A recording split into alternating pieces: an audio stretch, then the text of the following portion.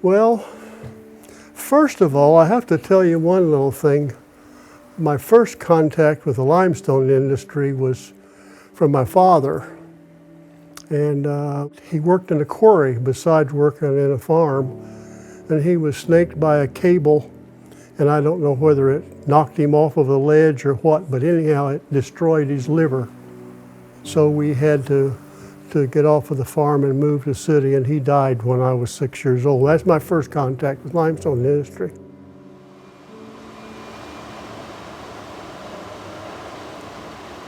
I kind of go in a trance. I think that's how you know you really love something, is when you get lost in it. Just the way the stone feels, the way the chisel feels when you break the stone.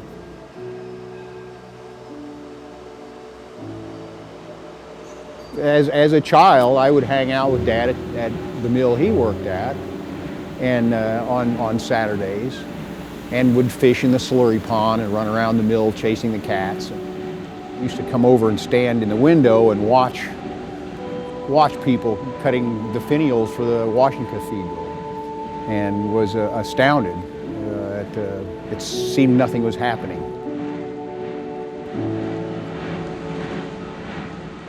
Everything in the stone industry moves at a slow pace, a slow, careful, measured pace. And it's why it's persisted in the same incarnation for so long, I think, is that it's not a overnight sensation, and it's not going to go away tomorrow. I was a Bloomington boy who never dreamed I'd work in a stone mill. I came in as a sculptor with 10 years experience hand carving marble and wood, so I say, well, what position are you applying for? And I said, a carver, and of course everybody fell to the floor laughing, because it's an apprentice system, and you begin at the bottom and work your way up.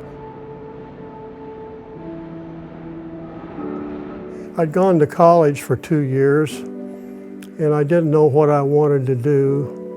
And I decided, well, I'm going to find around something I like to do, and I like to draw.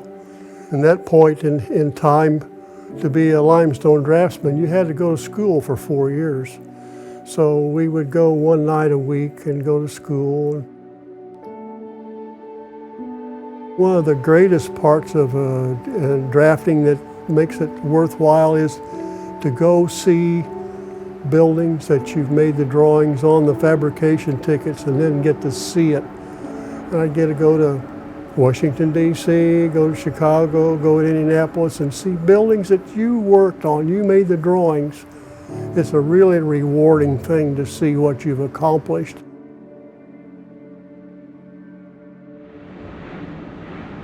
Just getting to know the material takes a long time. Just the way it breaks, the way it sands and so on is unlike anything else. Carving itself, you impose your will on literally the earth. So that's something that I've learned, is not just let the game come to me, but that I can have my input. It's not always easy, just like shaping a piece of stone isn't always easy, but it's encouraged me to do that. Things sometimes are better when they've been shaped by someone with a good vision, whether it's somebody else, some of your child's life or your community in some way. I enjoy working.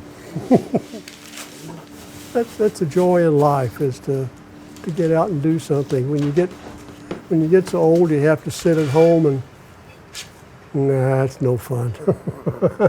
That's no fun. I like to do something. You go out into the mill and look at the time cards, you'll see so many names that are the same. Like, I can name you names here that are 4 or 5, all the same family. It's always been the tradition here. So a lot of the people who work here at Bybee now are sons of people who are still working here. It's a real neat thing to be able to pick up at the same place and hopefully carry things higher than they were. And the house that was there, they tore it down, and then the Woolridge built this house here. Here's the caretaker's home. They weren't bad. at all. And then this is the horse barn. I think they had like a 300 horse barn down there. When Ned was growing up, he was the first, and he was pretty busy, and I didn't get to spend an awful lot of time with Ned. And now that I'm here, I have lunch with him every day, and it's really, really been a reward just to be with him and visit. He's an honest man. He's never had an insincere moment in his life that I know of. And so that's one thing I try to do is, I've tried to learn that from him, is to be sincere, right or wrong, silly, whatever it is that I might be. I don't think it's a lost art at all. I think it's the same thing. When I was a kid, nobody knew what went on in that great big building over there. And I think it's the same way now. People don't know what happens here.